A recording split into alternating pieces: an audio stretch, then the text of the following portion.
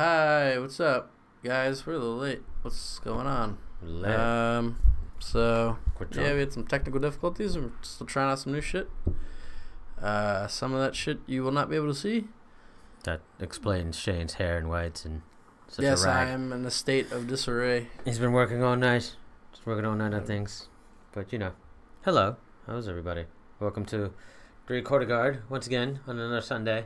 I am your co-host, Eric, and this is your other co-host over here, Shane. And maybe the camera will go to him if he talks. If I talk for a bit and it likes me, then it'll show me. But if it doesn't, then it won't. Hello, hi, what's up? Is it just like my mic is more sensitive? What do you think it is? I think you just because you were talking for a while. So when you're talking for a while, it's gonna stay on you because it's like whoever's actually talking. You know, it's not like if as soon as someone starts talking, then it goes to them. You used to have it like that though, no? No, I mean we can make it a little more sensitive, Yeah, maybe we could so do you'll that. switch more often. But then it's just kind of weird because then No, it's like, I think it's fine. We could have it switch more often. Because then, like, I could be done talking and now I'm done. Now it's like, who was talking? well, my lips aren't moving. Well, I know that, but regardless, wouldn't you want it to switch back a little bit more often? All right, this conversation is redundant, especially Yes. on the air. Hello, everyone. How are you doing? All right. Big MMA weekend this weekend. A couple things happened. A couple knockouts, couple big-time knockouts. Yes, Right. we talk about UFC Philadelphia UFC Philadelphia. A lot of early or decisions. ESPN 2, basically, because of the second. Yeah, ESPN. basically. Yeah. A lot of early decisions in the early prelims and like the preliminary cards. Yeah, wasn't Ray Craziest. Borg unfortunately did not get the decision. He had a rough weekend. well, he missed weight by Yeah, I know. That was bad. like a decent amount. Sucks. He lost like 30% of his purse. Yeah, now he basically didn't win, so So up. he's not having the best He's in year, trouble. unfortunately. Ray Borg. This was his Last he, couple this was years, his coming yeah. out to bantamweight. Was it his debut? I think he's fought as like at. I'm not sure. That's I mean, before he now. hasn't fought. If he did, it hasn't been like a very long time. But yeah, unfortunate weekend for him. Sucks that he couldn't get the win that he needed. I think there's like stuff going on like his behind the scenes, the family situation's been getting better. Like I think his kid is healthy now, so Yeah, You so know, that's good news. all good. You always need money though, so tough loss. Especially as a UFC on the early prelims, UFC fighter in the early prelims. Jesus, goodness. What did- else we got here? I don't Oh think- yeah, I don't think we're recording, by the way. what? I We're don't think streaming. We're recording. No, but we don't need to. It's recorded on YouTube. Remember? Oh yeah, right. Our mic's Um, working actually. What's it called? Ross Pearson. We were talking about him last week. I think being kind of a gatekeeper, and Yeah, I mean that's he's been like that for a while though. promising win for Desmond Green. Yeah, with man. the TKO. It was like the takedown. Beat the shit out of that man. Basically, hulked the shit out of him. Yeah, he just took him down Yeah. and just started like hammer fisting him while he was. I think up that against. is Ross Pearson's like his only second stoppage or something. Second or Maybe third? he got. Who's the last person to knock him out? And it's weird because it's somebody who either headlined recently or will headline soon. I forget who it is. Ikinta knocked him out, didn't he? Yes, I think that's what did we say?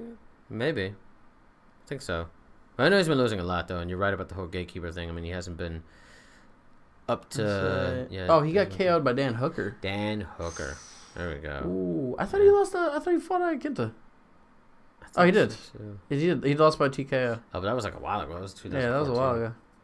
Weird. I think you So might that's have his seen, third loss by, I don't know, fourth, fifth, sixth. Okay, that was his sixth finish. Yeah. But like his third in the UFC. Yeah, right. Actually, yeah, that is true. Fourth in the UFC. Yeah, so you're talking out Fourth. of your ass. You don't even know what you're talking about anymore. God damn it! I didn't But realize yeah, he got stopped so much. I thought he he's didn't- gotten. Yeah, But he's he's lost having a rough go of it, man. Look at He that. has lost 3 out of his last 4.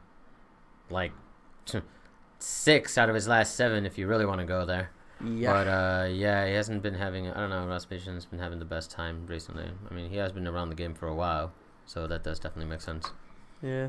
But yeah, unfortunate to see him. But yeah, good to see Desmond Green. I heard he wanted to fight in Boston or something like that. He was talking about fighting in Boston for free. What a fool! Better get that ESPN money, son. Not trying to get paid. But yeah, TKO punches in the first round at 2 minutes and 52 seconds. That guy. Good showing for Desmond. Let's see what happens in the main. Oh, Marina Rodriguez, fuck up Jessica Aguilar. Yeah, I saw a lot of that. Like Jessica Aguilar's face looked pretty mangled up. That was bad. That was a rough one. Yeah, she was putting on the pace. Jessica Aguilar's been around for a while, and she hasn't really had the best luck. Like especially in the UFC. Seems like when she's in the UFC, I don't know, like she just hasn't had the best luck that she usually had outside of it. Like outside of it, she was like undefeated for a really long time. And then she came to the UFC and kind of went downhill from there, unfortunately. But yeah, great showing for Marina Rodriguez. Shout outs to her, and there was like a little bit of hype behind her, right? I think her striking was like pretty on point. I mean, in the fight. Yeah, no, in general. I mean, before I thought like ESPN did like a small little quick piece on her, like kind of like one of those rising, not like titled rising star, but somebody did. I don't know. I could have sworn I saw like a video about her like making her debut in the UFC, and it was kind of a big deal or something like that. Oh, I always drink my coffee too fast.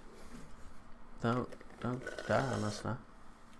I'm not gonna die. Well, I mean, she is undefeated, and this is her second fight. Oh, it's her second fight. Well, she had a draw with Randall Marcos. Yeah. Interesting. But no, yeah, undefeated. Coming in from Brazil. Nice. I had a surprising win for Josh Emmett. I had Michael Johnson to win that. I mean, he had the most footwork. He had all that crap going on. But and then that's the big surprise for me is like the last minute of the fight. He TKOs. Wait, real quick. We didn't talk about how Paul Craig came back from getting beat up for a good while against Kennedy. Right. Kennedy, such and was such. No, it's in the main card. Main card. It's like one of the first fights in the main card. Oh, yeah. There's actually a couple fights there. Sadiq Yusuf got a decision. I thought he was gonna TKO Moraes. Yeah. He had him on his back. Nice. Landed some nice ground and pound. We're still improving. His last fight, he got a TKO, I think, or a KO when his brother passed. Yeah. But now, I mean, as long as he's keeping the momentum going, that's not bad. Hopefully, we'll see a lot more of him. It's always great to see contenders, especially in the featherweight division. They don't really have too many top contenders. That's why the champion is fighting for another belt in 2 weeks. Paul Craig, come from behind victory. Yeah, it really was. I think Kennedy was really pressing the pace on him a lot. Paul Craig did have a lot of submission attempts that were like really close. He was being real scrambly with him, but Kennedy was just getting the better of the shots and taking him down. And I think in like the second round, he kept standing up and making Paul Craig stand up on him. And I think Paul Craig, he got the submission in the third round with like 40 seconds left. So definitely come behind victory from Paul Craig. Good for him. We'll see what happens next for him though, because I mean, like, it wasn't the most impressive win. It was definitely a come behind, but it wasn't like I just felt like Kennedy would have won by decision had it gone to the judges. I just feel like he had that much of a bit of a dominant performance. I mean, like I said, Paul Craig was putting on a lot of good submissions, but Kennedy kept getting the better of the top game and stuff. So, but yeah, good showing for Paul Craig. We'll see how long he lasts. And the karate hottie decision win over Princess Princess of Poland, or the Poland Princess. Is that her thing? I think the UFC gave her that moniker recently, the Poland Princess. I'm sure it's okay. It's nice of them. But I think Michelle Watterson beat her by a majority decision, 30-32. Diablo. But and then so that's good for her. She needed to get back in the win column. Yeah. I mean, she won her last fight, I think, by decision also. But I remember that big loss to Rose was. That was bad. Yeah. That was really. She got fucked up by Rose. That was a tough one. Oh, and then also Paige Vanzant, right? No, she beat Paige Vanzant. She did? Yeah, she kind of like bulldogged Paige Vanzant to the ground, and then put her in like a rear naked choke. That was like one of the first times that Paige got slept, or actually did get slept, and then kind of woke up and didn't know what the hell happened, kind of thing. But yeah. She went against Courtney Casey. Yeah, she beat Courtney Casey by decision. Felice Herring by decision. Wait, when did she? Oh yeah, that was a long time ago, actually. She beat her, and then she went against Rose right after that. I don't know why it was. And she went against Rose, and then Rose beat her by submission.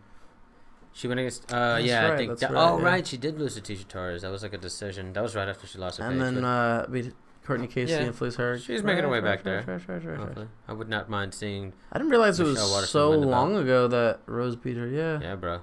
Because that was for the #1 contender. Right? Yeah, and that's when Rose beat Joanna. Right. Damn, 2 years ago.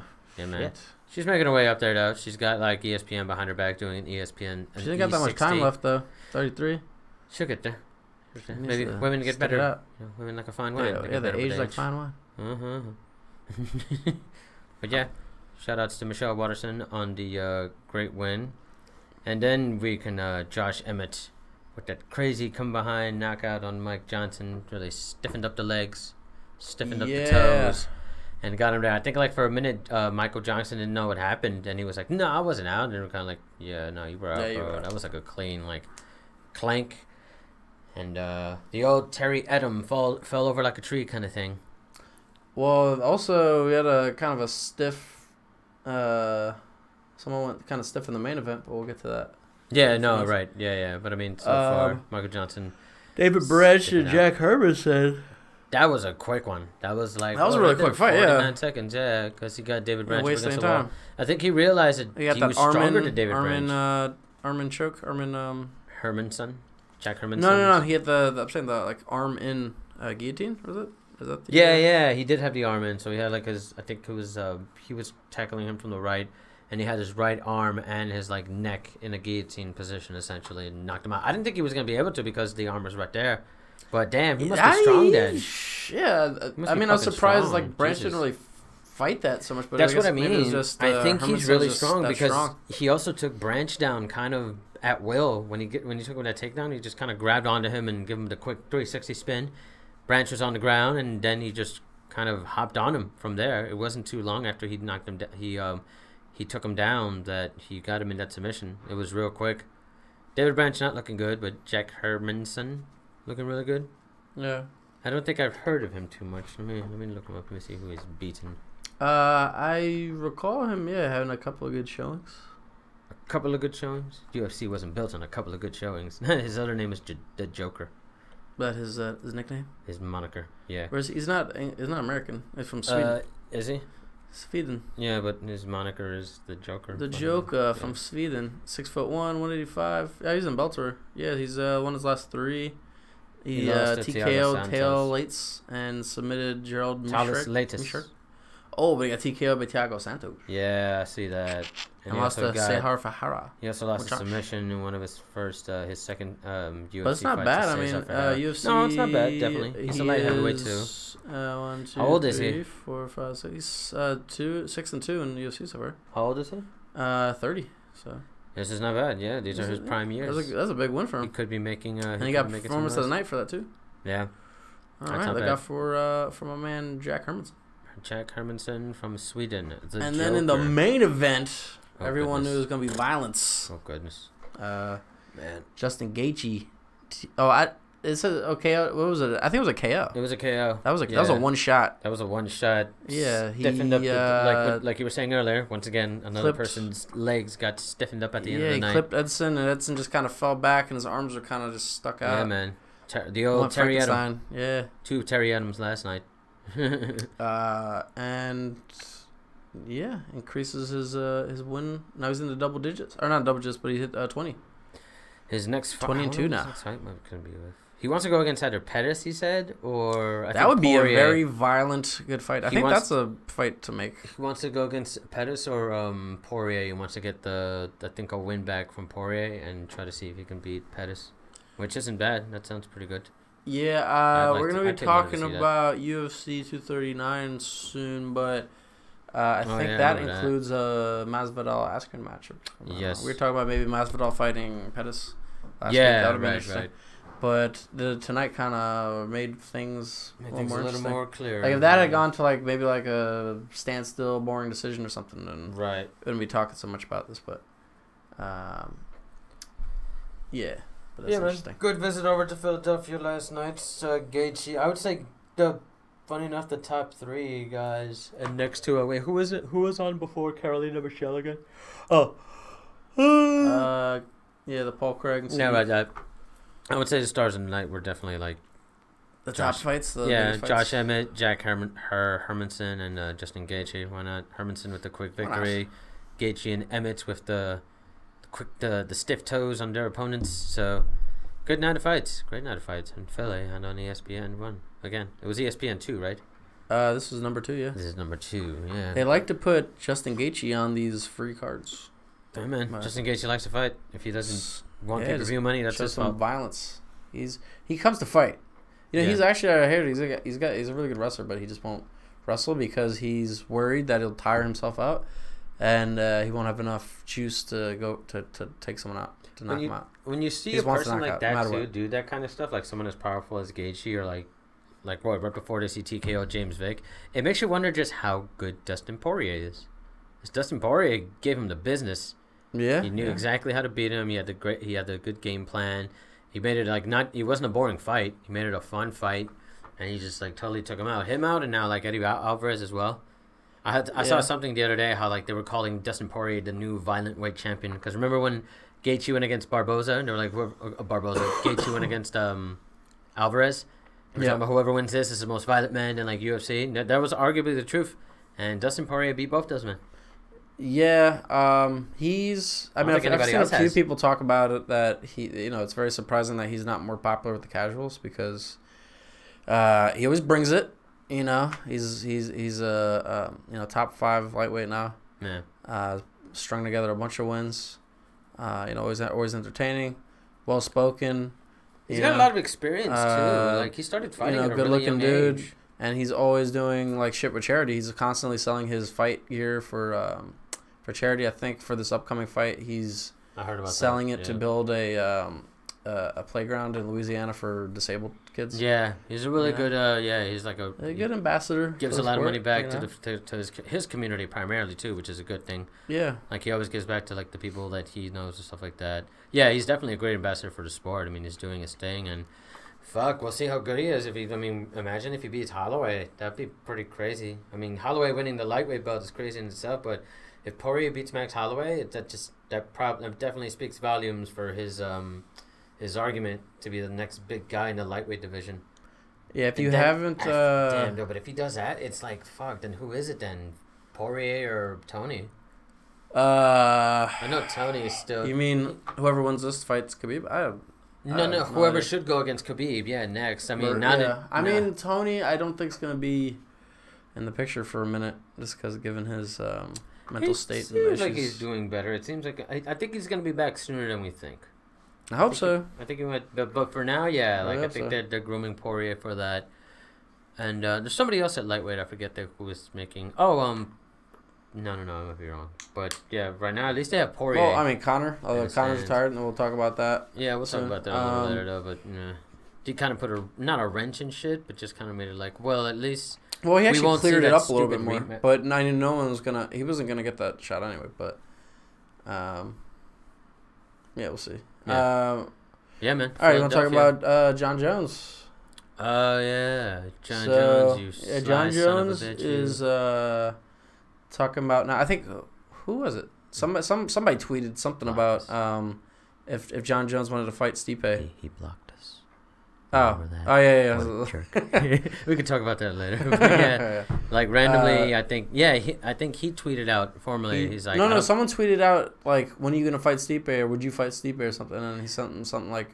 He didn't retweet it though. That was just he responded a random to the tweet. I think. Oh really? I thought it was just a random person. I think he just randomly tweeted. I don't think he replied. Yeah, it was a reply to something. It wasn't unprovoked. He was just like, I'm gonna fight. Oh really?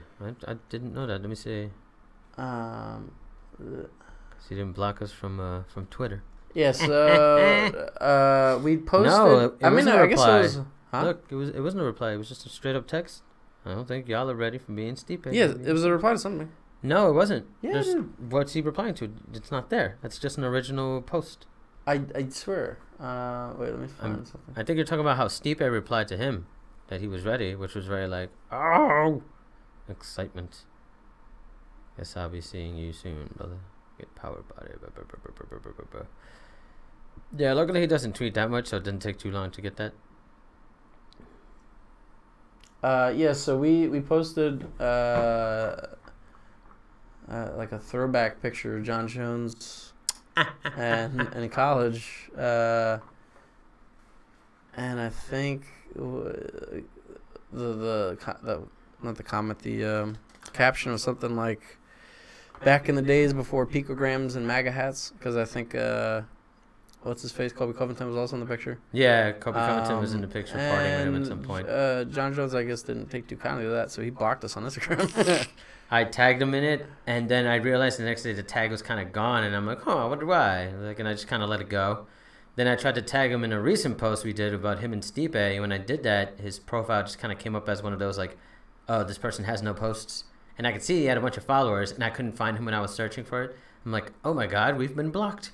I've never been blocked before, so I don't know how that happens or how you know that. Yeah, we're such likable guys. So I was just like, wait, what happened? It was so funny. And man, I guess he's a little bit of sour grapes there. Not sour grapes, but a little bit like a.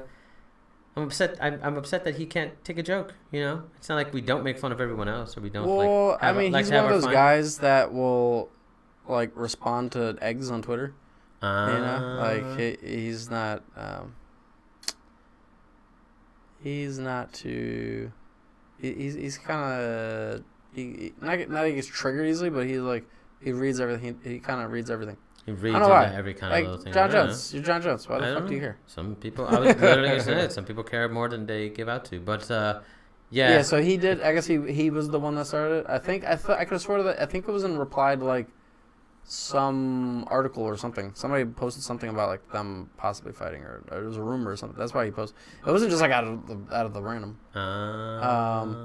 But, yeah, so he said, I don't think you guys are ready to witness Stipe Miocic and I. Would July give you all enough time? International Fight Week's he's been toying with the idea of heavyweight. Going to heavyweight. I mean, it's so funny is when it comes to DC, he's very against going up to heavyweight. Yeah, but it seems like he's open to fighting Stipe. That's very interesting. Very odd. I don't know. I think he's worried at the very possibility that he might lose to DC at heavyweight. It would be the worst thing in the world for him. DC's a different fighter at heavyweight. It's not like he doesn't have power at light heavyweight, but he has more knock out Stipe. Stipe is taking shots from like Overeem and all these other great strikers, not been knocked out. This is like one of the first times. This is one of the first times that like you knocked Stipe clean out, especially after his like fucking run with the heavyweight title. It makes people definitely wonder. I'm like, shit, that power from DC might be a little bit crazy. This is the pick in question we were talking about, by the way. Yeah. See it right there. Yeah, the guy all the way to the Jon Jones and Colby Covington. I guess the guy all the way to the left was Kobe, and then it's Jon Jones over there. I guess they used to party sometimes in college. I'm sure this was once again before MAGA hats and picograms. So how is he supposed to know that chills with the douche? She used to chill with Kamaru Usman, or him and Kamaru Usman at least went to one house party together. Yeah, Jon Jones and Usman. They had they have this story where they talked about it after they won the belts at 235. That the first UFC fight they ever saw was like Chuck Liddell somebody at the same like house party. And that's why and it's just like crazy that their first UFC card they both ever saw, and now they're both fighting and champions at the UFC 235. So it's just like a crazy coincidence. Sounds like a fun cocaine-fueled night. Oh, damn. Or something. I don't know. Kamaru Usman doesn't look like he does any of that shit to me, though. But yeah, that'd be funny. Marty wouldn't do that. That's so stupid. But yeah, I mean, whatever. They were college kids. They used to hang out. I guess Jon Jones doesn't want anybody to know that him and Kobe used to be homies. But yeah, that quick, like you said, that quick so he's heavyweight. Looking at doing that. That quick heavyweight thing was definitely put to bed right afterwards. What was it? They made him and Thiago Santos not going against each other. I would say, you know what? I don't know. Maybe what if It seems like it's going to be during International Fight Week. Well, that's a rumor, right? It's not 100% that he's fighting Brett Okamoto and ESPN reported it first. So Jon Jones, Santos? So I would say that's the only reason why I think it's actually true, even though it's just like news and it's just like they're verbally agreed. Because ESPN reported it. That, the Nunes and Holly Holmes, and the Tyrone. Yeah, people were talking about that he's Tyrone and Robbie. Very active, Jon Jones. And he's he trying wants to be more active. He says he wants to defend the belt 4 times this year, and I'm just like, whoa, that's. Hey, I'm all for it. Why the fuck not? But damn, they're still trying to get Lesnar against DC. Right. See if that happens. That could be interesting if you Three- got a little three belts on little tournament night. Maybe you got Jon Jones for Stipe and then DC versus Lesnar, and then maybe the winner of Stipe and That'd be crazy Jon if they did Jones that. fights the winner of Maybe. DC Lesnar. But I mean, right now, I don't think that's the plan. Because if they No, wanted I'm to, saying it just maybe that would have been awesome if that. If it never turns out the way they wanted to, does it? No, I mean things change a lot, unfortunately. Yeah, I mean, well, for all we know, something could happen before then. Maybe Thiago Santos gets injured. Maybe Jon Jones gets injured. But yeah.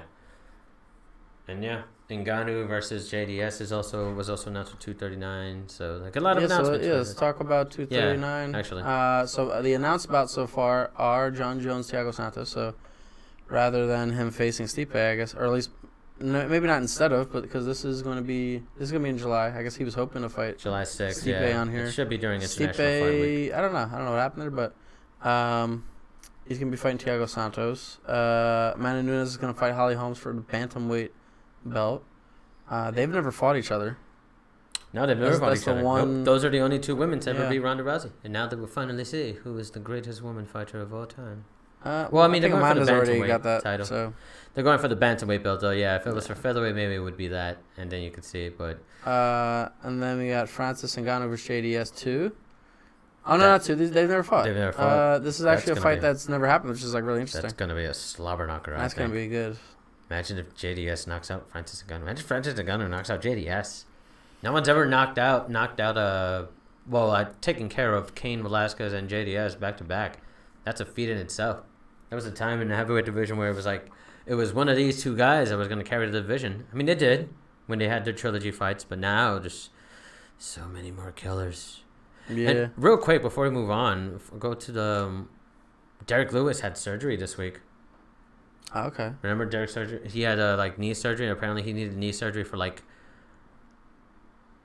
yeah, sure.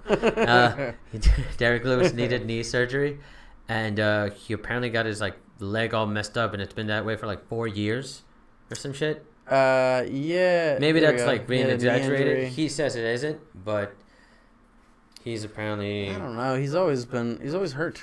Because of that, because of his knee. Yeah, but he used to talk about his back. He said it was his back, not his knee. Yeah, I don't know. He's got a torn meniscus, ACL, and MCL. It says from a month ago. I think he tore an extra thing, or something. It wasn't just his stomach. Knee was giving out, whatever. Yeah. So he's always has back problems and doesn't take body shots too well. He needs to handle that. But I guess on top of that, he had a bad knee. He's good on that ab flex. Is it Bowflex?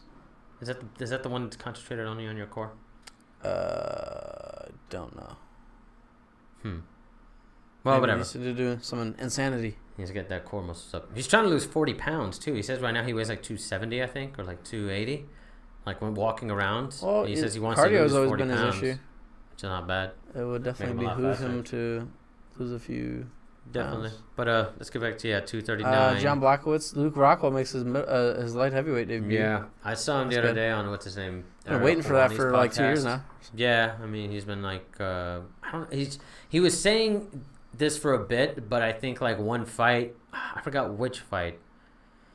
There was some fight that was offered to him in a foreign land, and he said yes to it. But In a foreign land. In a foreign land, but he was at first he kept getting offered fights. I think he was offered a fight in the Australia card, and then he was offered a fight on the British card, and then something else, and he just he didn't want to fight overseas at the moment. He just wanted to kind of stay around because he was still getting used to the life in Florida and getting accustomed to that and shit.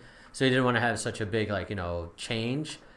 I think they offered him something in London and he was gonna take it, and then I think the opponent got oh no, they offered him Gustafsson in Sweden, but he didn't take it because they were gonna be in Sweden.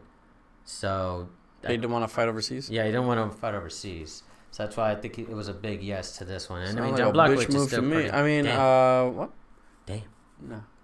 But yeah, I mean, Jan Blachowicz is not a slouch. He's no easy task It's for gonna be anybody. an interesting welcome to light heavyweight. Yeah. We also got Jorge Masvidal and Ben Askren. I like that. These guys are gonna be talking a lot of shit, and it's gonna be really interesting. Well, Jorge Masvidal is only going to be talking shit because Ben Askren talks shit. Yeah, but that's gonna be he's great. Be one of those, and he's probably going to give him a 3-piece at some point. Oh, 3-piece in the sub. He's not going to be all calm and collected like Kamaru when he approaches him. It's like, hey, what's up, man? How's it going? He's like, yo, fucking talk to me. Whenever him and Bisping had an altercation, like in public or something like that, it was always like he still holds a thing against me. He swears that Bisping is racist, and he was really upset about the whole thing with the Cuban flag. Oh yeah, that whole thing. I think he was just using that tactic to get to Yoel Romero. Yeah, I don't think he's racist. It was a mind game. I don't think he's racist. I think maybe he doesn't understand what that like maybe some of the things he can say could be taken a little bit. No, but also at the same time, if you burn a flag of a country, does it make you a racist, or does it make you like anti that country? Yeah, it's true.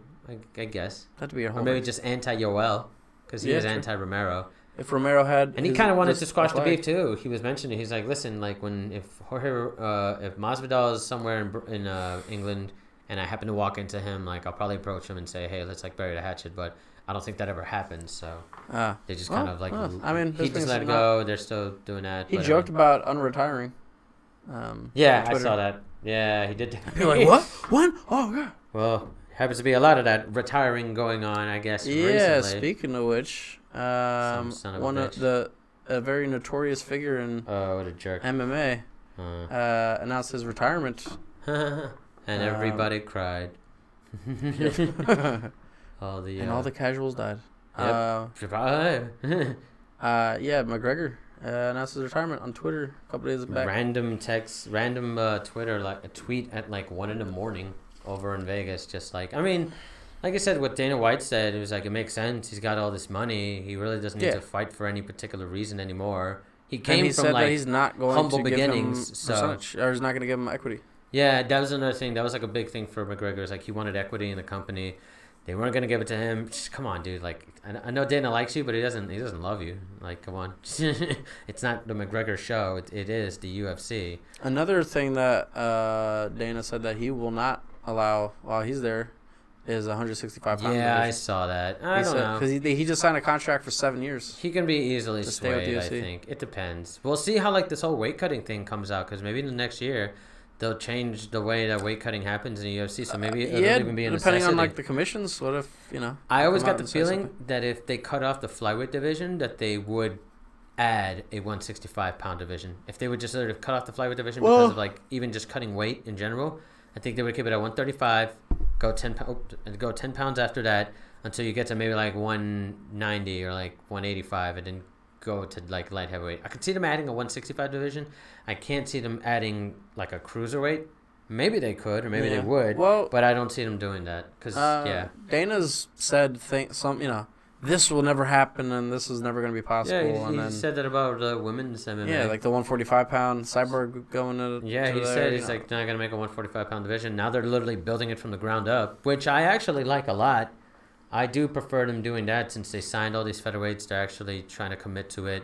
And they won't even commit to making the rankings for them. So. Well, there you go. We'll see how. You haven't had too many featherweight bouts yet. He said there would never be women's MMA in the UFC.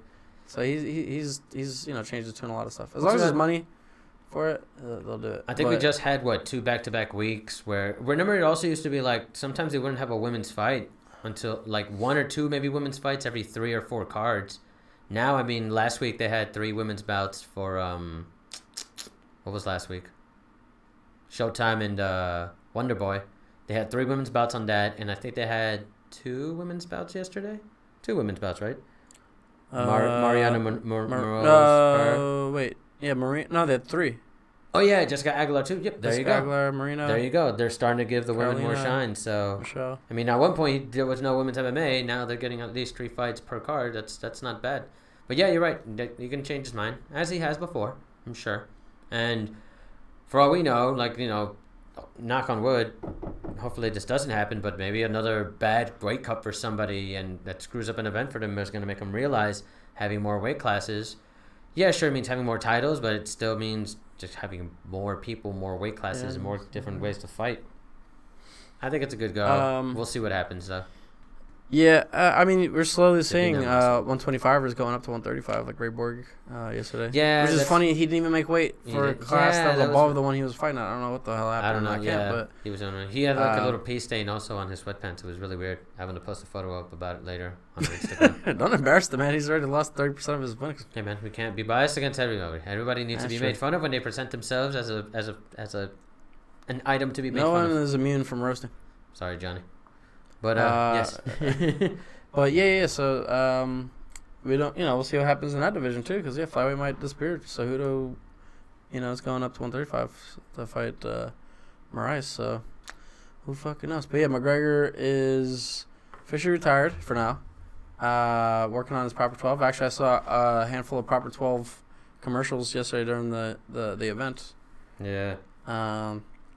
I'm And sure they're probably. Those are on the shelves. Those are doing well. I'm sure they're still trying to help him with like his businesses, and I'm sure like they're gonna have Proper 12 as a sponsor for UFC for a while. Why not? And people that they know the equity in the demographic, company, people I that don't watch think UFC so. know McGregor, they're more likely to buy his shit. Come up with those billions of dollars, sir. Now that he's a businessman, he could probably buy his own shares or buy equity in the company if he wanted to. The UFC apparently Endeavor, who owns the UFC, are talking about going public at the end of the year.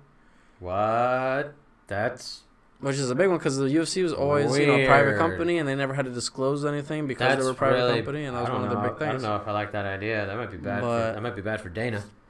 That might be bad for somebody. If they've ever done any sort of like fraudulent anything in the past, I mean, would that open up their passbooks? I don't know too much about like when they. I'm not sure. Or is it just from there and ongoing that like their books are open? I'm not sure, but I'm sure that even if they weren't, they wouldn't go ahead if they didn't not think they could clean stuff up. But there was something they needed to clean up with. I mean, I'm sure. Yeah, but I mean, damn, we'll see what happens with that. It just seems very interesting.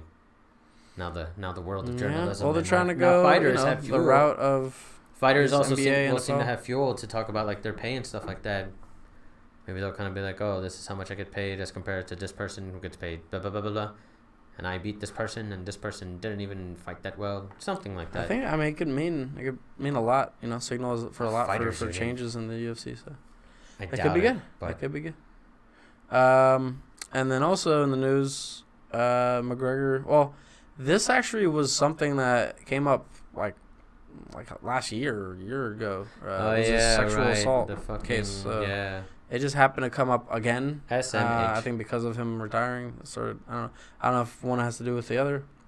Kind of came out of nowhere. But yeah, supposedly there was like a rape allegation against him in Ireland. About a year ago, right?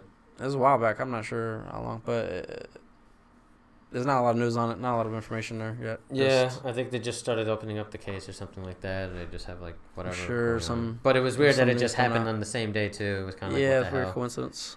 Funny enough, I think he tweeted something recently, McGregor, about Khabib, talking some more slick shit to Khabib about let me see if I find it right here. Not CNO. There you go. He said something about Nurmagomedov. Oh yeah, here we go. I think what's his name? Khabib Nurmagomedov said something about great feeling after 5 championship rounds. Oh yeah, he posted a photo of when he won the belt at MSG. I think the last time he when he went against Iaquinta. When he beat Iaquinta. Okay. I think he just put the photo up of him like walking away and stuff like that. And he's like, "Thank you guys for all your support throughout all these years." Just like a quick fan shout out. McGregor responded with, "You got your money took and your brother's eye socket shook when you fought me, you little rat." Just kind of responding like that. Yeah. Like all of a sudden he's a little what's it called, a keyboard warrior. Khabib came back with Khabib came back with, "Money comes and goes. The honor that you lost that evening will never return. Live with it. Finish career in MMA, but start career on Twitter. # Twitter warrior." Man. Khabib. Goodness. But yeah, I mean, it's just, come on, you're going to retire, now you're going to talk that shit. And now he's also, another thing I heard is he's trying to, like, petition. I don't know if he's trying to petition or he's trying to get a recount for his knockout to Jose Aldo. Because if he gets a recount, he's like, I knocked him out in 12 seconds. Which is proper 12. He knocked him out in 12 seconds, and I think it took place on December. I think it took place on December the 12th or something like that. Or well, like the 12th minute, supposedly, the 12th minute at 12 o'clock or some shit like that. The 12th district or something like that, which is where he grew up in Dublin. That's kind of why it's named that. Let's see, McGregor. Apparently, he wants to get like a. But if he could get everything 12, so yeah, it was December 12th. So I guess it was December 12th, yeah. 12th month, 12th day of the 12th month. And I think it was like the fight happened like at midnight. It says 13 seconds. So if he can get it down 1 second to 12, he knocked him out in 12 seconds on the 12th month, 12th day of the 12th month. That's true. It'd been funny if it was on 2012, but it was 2015. No, 2015. But I think, like I said, it also happened at midnight, just 12 o'clock, at like the 12th minute of midnight or something like that, which makes sense because that's like around the time the main event is on. Anyway. Is that really? I think so, like around midnight. I think so, if I'm not mistaken. What time zone, though? I could be wrong. That's true. What time zone, indeed. Because at MGM Graham, it was at 9. Maybe he just meant the 12th minute of the hour. Because I remember him saying something like that, like 12th minute of the hour, or 12th minute of the 12th hour, or something like that. But yeah, that's your news about that. It's a miracle. Crazy fucking orange, green, and white bastard. So, yeah, we're going to see what happens there. This morning one championship had their a new era. Essentially, Eddie Alvarez and Demetrius Johnson, we were talking about it last week, they had their debuts for their respective weight classes. The tournaments that they had there, they were both in the quarterfinals, which is like the first round.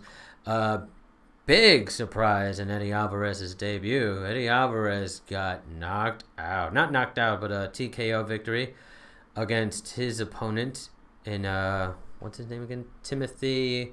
Timothy.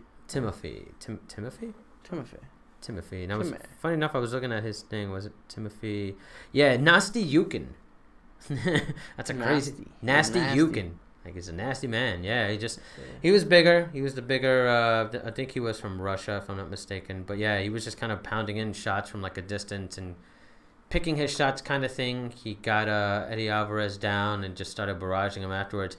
To be fair, I don't know. It seemed like Eddie Alvarez was a little nervous, maybe, or maybe he was just not in his proper element, so to speak. But yeah, man, he freaking Timothy caught Eddie Alvarez with a barrage of punches, went in for the TKO kill, and what was it, the first round? Yeah, the first round. Yep. The very first round. Jesus. After that, it was funny because after that, it was like, it's not looking good for the debut guys. Like, Eddie Alvarez got just jumped on. And it really makes you wonder how good Timothy Nasty Yukin is, because even, what's his name, Justin Poirier took a while. He took like 2 rounds, and that was also of like constant pressure on Eddie Alvarez. And the only other person to knock out Alvarez like that was McGregor for the title, and that's because of McGregor's heavy hands. Right now, you got some heavy hands in this Timothy Nasty Yukin, who I unfortunately couldn't find his tag when I put it up on our stories. If you want to check out the finish, you can check out our stories. It will be available, I guess, for the rest of the day. But you could see some of these great finishes that we got from one championship, a new era.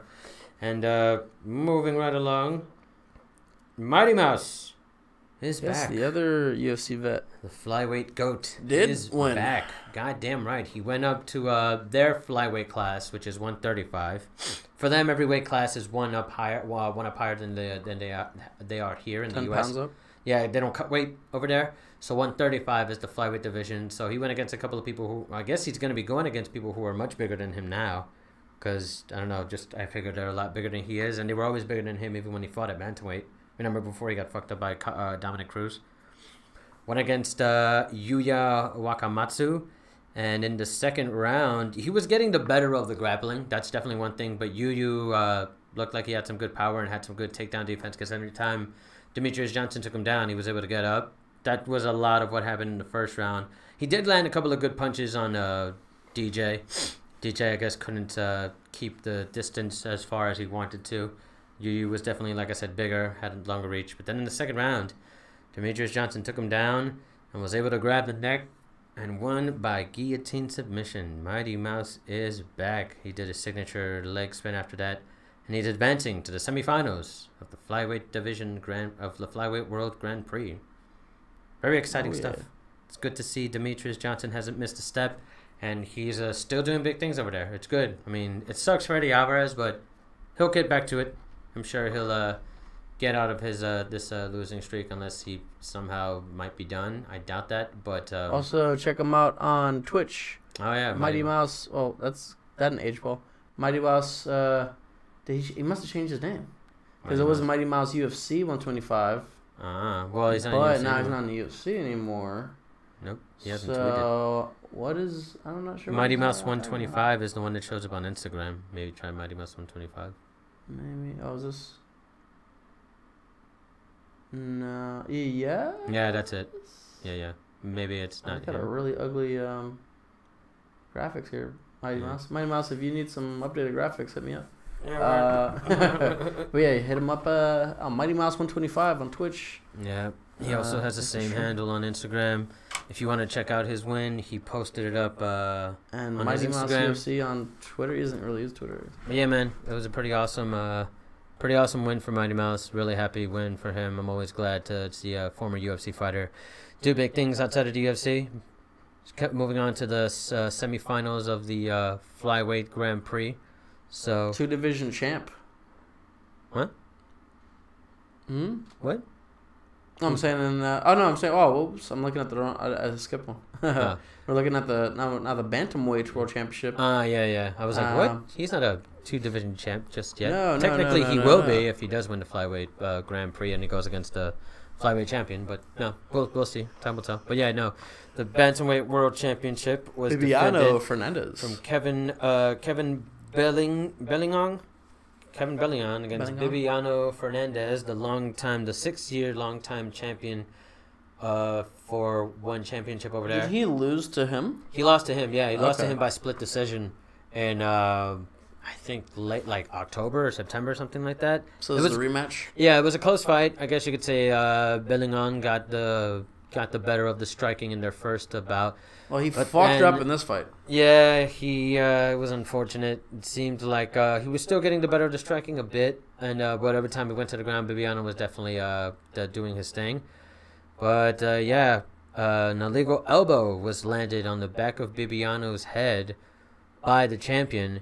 They put the fight to a halt because afterwards Bibiano was visibly shaken up and he just kind of like couldn't shake the strike to the back of the head with elbows. They gave him 5 minutes for him to feel better. He was still seeing spots and he was still messed up, and then they essentially disqualified the champion. But I guess in one championship you can win a title by disqualification because Bibiano Fernandez is now the new 2-time bantamweight world champion. It was really, really crazy. I didn't know that they were going to do that. I thought it was just going to be a disqualification and then maybe they do a rematch. But no, they took the belt from Bellingon and gave it to Fernandez. You don't see it that often. Like, what would happen in the UFC if... well, actually, I think it's the same thing in the UFC. Because I think in the... in, let's say, Jon Jones' last fight, Anthony Smith took an illegal shot. He could have... You're right. If he couldn't have continued, they would have awarded him the title. Yeah, you're right. That's true. But that's so crazy, though, because even afterwards, Kevin approached Bibiano. Bibiano was really upset. He was just like you could hear him. He was speaking English to him. He's like, you knew that wasn't like, he's like, you know that's against the rules. He's like, how could you do that? He didn't want to win that way. What the fuck? Like, you know. And he was like visibly upset about having to win by disqualification. He didn't want to win the belt that way. Even when they were announcing it, he was just kind of shaking his head like, no, I'm not the real champion yet. And it sucks because, like I said, longtime champion loses to this guy, and now he beats him by disqualification. It just essentially. But also he couldn't continue, right? He got hit, and he was hit, and he was sitting down on the ground for a while, and he just like he was seeing spots and shit. He got like elbowed clear in the back of the head, maybe even twice, to be honest. I mean, he might have, also probably upset because he took that illegal shot. Yeah. No, absolutely. Who knows what kind of damage that could do later on, So a controversial win definitely there. Bibiano Fernandez is now a 2-time bantamweight world champion. But at what cost? Bibiano, I guess featherweight is their featherweight championship because they fight at 145. So yeah, he's technically the 145 champion. Probably the most talented 145er outside of the UFC. Because I don't think I've heard of anybody being that successful at that small weight class, especially recently. Champion for 6 years. He's a little... Yeah, he was. He kind of reminds me of like Barao, like a little mini Barao, but, hopefully people won't have the same fall. I'm sure there's gonna be a rematch. There's gonna be definitely gonna be like a trilogy fight now, especially because lost the first one and now won the second one by DQ. Nobody wants to see a feud end that way, so we'll see what happens there. But your new champion, Viviano Fernandez at bantamweight. And then Aung Lan Sang. Aung La An Sang. Because those four, is that 4 words? Yeah. Aung La An Sang. Because LA, it's not LAN, it's LA space N, right? Yeah. Okay. It's a space there, but Aung La An Sang knocked out his opposition. I think it was technically a TKO. Happened in the second round. I saw their first fight. The first fight they had back in, I think, the summer. Great fucking fight. Really great fucking fight. It was definitely like one of the better middleweight world championship fights that I've seen in a while. They were just like, it was a slugfest. They were kind of going at it and like punching each other back and forth. And if it wasn't the 4th round, it was the 5th round that Aung Lan Sang got a TKO victory on Ken Hasegawa. But because it was such a good fight, and it was definitely up for like Fight of the Year in 2018, people kind of wanted to see it again. And they were like, Ken Hasegawa could have gotten him like once or twice. But this time, Aung Lan Sang, the 2-division champion, I forget what they call him, not Myanmar, the Burmese Python, call him the Burmese Python, retaining his middleweight world championship and still maintaining his champ status. Jesus Christ, I keep hitting this mic. Maintaining his champ status in 1 championship and is now a champion, I guess, I don't know what light heavyweight is for them. I think it might be 225. I think I saw they had a breakdown of the divisions. Well, who's got the answer for this, man? He's fucking everybody up. Yeah, man, he's fucking everybody up. He knocked him out in the second round. I saw he landed just like a stiff right. There you go. Knocked him down by the knees. Upper limit, light heavyweight 225. Yeah. Yeah. See, light heavyweight is kind of like their cruiserweight almost, which is interesting. But he is the champion at 205 and 225. So hats off to him. See, it's a little weird. So it's kind of like, everything's shot up by that except for light heavyweight. So their answer for the next division there was, instead of going up by, because there was no division between a 205 and 265 to push it up to. So yeah, I think they kept the 15-pound difference between 155. And I don't mind this really. It kind of makes sense. Me neither. To add another division, though, it'd be nice to have something in between there too. Yeah, we'll see. It could be nice. But man, hats off to Aung Lan Sang, defended his middleweight title. But then afterwards, the One Championship's current heavyweight champion, somebody everybody might know, former UFC fighter Brandon Vera. Brandon the Truth Vera, who once he once told everybody in the UFC that he was going to be a double champ. He said he was going to be the light heavyweight champ and he was going to be the heavyweight champ. And now it seems like he wants to make those once wishes come true. He has a heavyweight title. Just in a different organization. Different organization, still be a world champion. Yeah, you know, tomato. You get what you want. But he challenged Aung La An Sang afterwards to his light heavyweight belt. A very respectful challenge. Told him he was a fan, but that he would love to fight him and he would love to compete against him at light heavyweight. So it seems like Brandon the True Fair is going to go down to 225. I mean, he's gone down to 205 in the UFC, so it can't be that difficult for him. And I think he walks around at like 240. So I don't think it'll be that difficult, but he wants to go for a champ status by going against Aung La An Sang and his light heavyweight title. And I gotta say, I like the Truth's chances there. When you saw both of them together, he definitely had the reach. He's been fighting at heavyweight right now, so I feel he's a long dude. That strength will be there. I don't know. I see unless Aung La An Sang light heavyweight. Unless Aung La An Sang is definitely a knockout artist like they say he is. I don't know. I see this being a problem for him. But yeah, the Burmese Python. It seems like he'll defend his light heavyweight strap against their heavyweight champion, Brandon the True Vera. That's pretty crazy too, because Aung La An Sang looks great at middleweight, and at like light heavyweight, you know, maybe he's like a little bit bigger, a little bit thicker, so he might not be able to move around as much, and he might get tired a lot more than he would at middleweight. But it'll be interesting to see that against a skinnier, maybe like not as, you know, not so power-driven Brandon the True Vera. So it should be a good one. And it's kind of interesting about this is he would be fighting a current double champ to become a double champ. Yeah, it kind of. Yeah, that is true. It would almost be like if somebody at featherweight would drop down to bantamweight and go against, let's say, their bantamweight or Cejudo champion, if you will. That'd be funny. It would be something like that. But yeah, man, we'll see what happens there. We'll see when that fight materializes. But that looks to be the plan for the light heavyweight bout and one championship. Aung Sang and Brandon the True Vera. We'll see how that goes. Yeah. Speaking of double champ possible statuses, one was not had, unfortunately. No, our homie Angela Lee went up to strawweight to fight Yang Jingnan. But didn't work out. Unfortunately. It was a long, grueling fight, though. She held out for a while. Angela Lee is fucking tough. Tough as shit.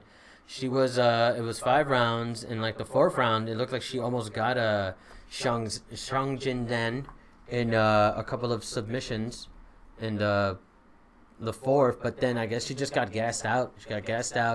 And she took, Angela Lee took a lot of body shots throughout the fight. So finally, I think it was like a straight right to Angela Lee's stomach that almost like kind of started to end the night for her. Yeah, look, she got like in the, what was that, the 4th round? Yeah, in the 4th round, she tried to get her in an armbar, almost had her in the armbar, didn't get it.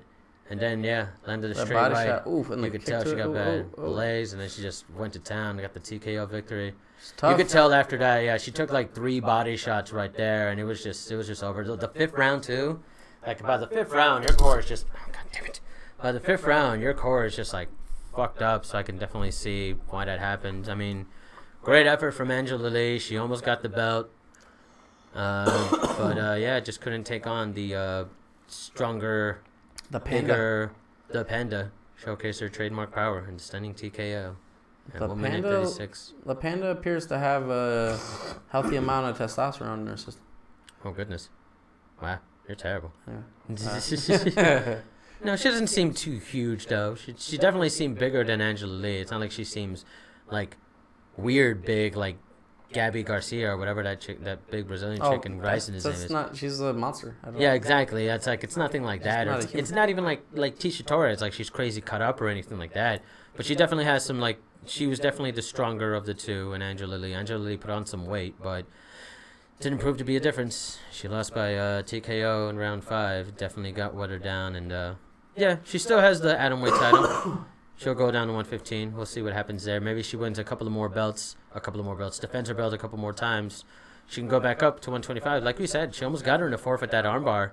Just a little too tired. A little bit not enough energy to pull that off. So we'll see what happens. Hats off to Angela Lee for trying, though. It's always exciting when somebody tries to be a champ. So, yeah. That's off to her. And then the last event of the evening, the last fight, you got the legend Shinya Aoki going to fight Edward Folayang for his lightweight world championship. Yeah, that's right. I think took him out in the 1st round. I think Edward Folayang won the belt while was he the double champ? No, that was Martin. Yeah, Martin Nguyen. Martin Nguyen is the double champ. We'll actually talk about him in a bit because he's going to be defending his featherweight strap, or actually he's going to be going against the featherweight champion to get his strap back, and he lost by injury. But we'll talk about him in a bit. No, Shinya Aoki. Hold on, let me see the current champs. List of champions. Here we go. Because Shinya Aoki had the belt already. Let's see, he had the belt.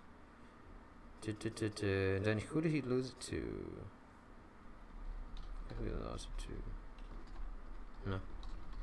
Oh yeah, that's what it was. He lost it actually to Edward in 2016. He Folayang kept it for about a year, and then he lost it to Martin Nguyen, which was what made Martin Nguyen the double champ in featherweight and lightweight division. Martin Nguyen vacated the title because he suffered an injury and he couldn't defend it. And then look at this. That is tight. Yeah, man.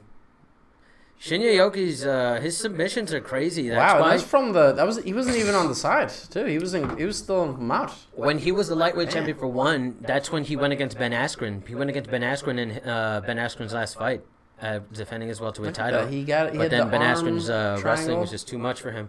Yeah, dude, Shinya Aoki's fucking submission game is no joke. And that was never from been a the fucking mount. Joke. Damn. Nothing was there. Usually you want to jump to the side there. No, man. You didn't even need to. That Shinya Yoki, man. He's got that fucking grip strength, bro. Yeah, but, Askren was way bigger than him. Mm-hmm. That was a weird one of those kind of weird fights. What's crazy is the guy, Edward Foliang, was the one that recently won the vacated title after Martin Nguyen couldn't defend it. Shinya Yoki has been emotional moment there. Shinya Yoki hasn't been champion since 2016, and the guy who beat him, the guy that beat him, was essentially Martin Nguyen. So right now that Martin Nguyen's coming back to, I think he's going for the featherweight championship, or he's defending his featherweight championship. If he defends his featherweight championship successfully, which I believe is in 2 weeks, I literally just had it here. Come on, phone. Martin Nguyen. Yeah, he lost to Ben Askren, lost to Edward Foliang, so he won. I guess in a rematch now he's won his. That's unfortunate that Eddie Alvarez lost because Eddie Alvarez was the person to beat him before Edward. That was for Bellator. That would have been an interesting rematch. But Foliang's looked pretty good. Won 4. What was that? He's won 13 of his last 15. Basically, yeah. Pretty good. That was definitely his maybe it's great run. He was the deep dream champion, not one lightweight champion, shootout welterweight champion. World Alliance of Martial Arts, WAMA, if you will. Yeah. But yeah, man. Hats off to Steve Aoki. Can't believe I said that. Shouts out to Shinya Aoki. Continue living and fighting, did sir. You say? I said Steve Steve. Aoki. I said Steve. Oh no, I'm racist. Then there was also an event on Friday. The Bellator event. Right. Bellator 219. And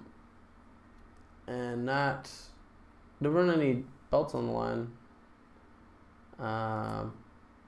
But had a couple of interesting fights, I guess. Some of the notable ones are Joe Schilling won by unanimous decision. Yeah. Looked really good. Looked like he's been working on.